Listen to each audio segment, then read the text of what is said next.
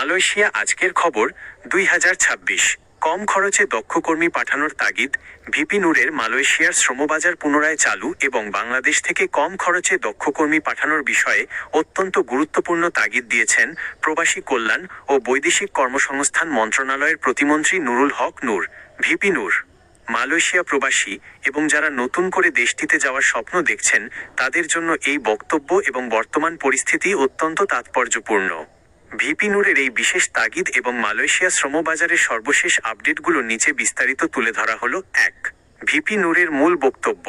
কম খরচে দক্ষ কর্মী পাঠানো। সম্প্রতি এক সংবাদ সম্মেলনে প্রবাসী কল্যাণ প্রতিমন্ত্রী নুরুল হক নূর স্পষ্ট জানিয়েছেন যে সরকার এখন থেকে বিদেশে, বিশেষ করে মালয়েশিয়ায় দক্ষ কর্মী স্কিল্ড ওয়ার্কার্স পাঠানোকে সবচেয়ে বেশি অগ্রাধিকার দিচ্ছে। সিন্ডিকেট ও অনিয়ম দূর করা।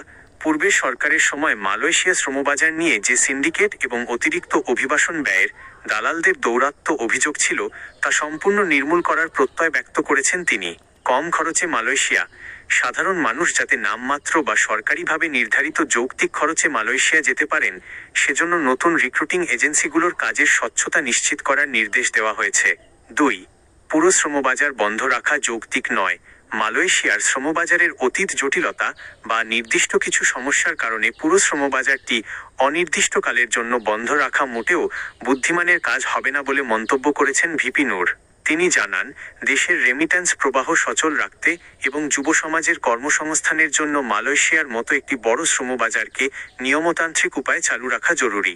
তবে শর্ত একটাই, সেখানে কোনো অনিয়ম বা ভুয়া কোটার জায়গা দেওয়া হবে না। 3।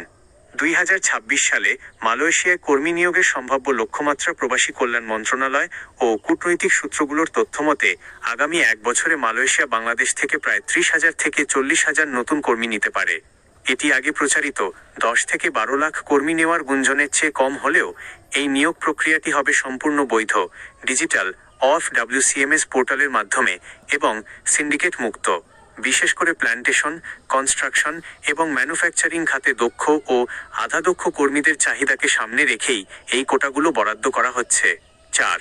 প্রবাসীদের জন্য কড়া সতর্কবার্তা। একদিকে যখন বৈধ পথে কর্মী পাঠানোর প্রক্রিয়া চলছে, অন্যদিকে ঢাকা এয়ারপোর্ট এবং কুয়ালালামপুর ইমিগ্রেশনে কড়াকড়ি বহুগুণ বাড়ানো হয়েছে।